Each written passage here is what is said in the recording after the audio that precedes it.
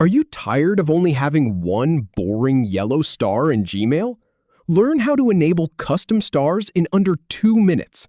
First, I'll show you where to find the star settings. Then, how to pick and arrange your favorite star types. First, navigate to the Gmail homepage. Then, click on the gear icon at the top right corner to open Gmail settings. Now, click on See All Settings to open the full settings page. Scroll down until you find the Stars section.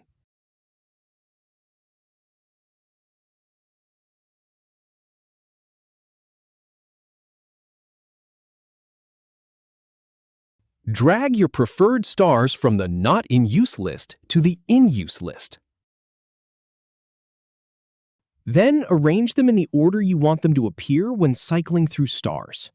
Gmail includes several star types, such as the red star, purple star, and more, so feel free to pick your favorites.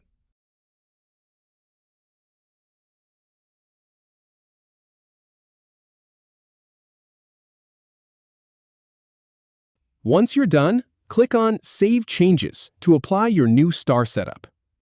If you have any feedback or if any info is inaccurate, please leave a comment below.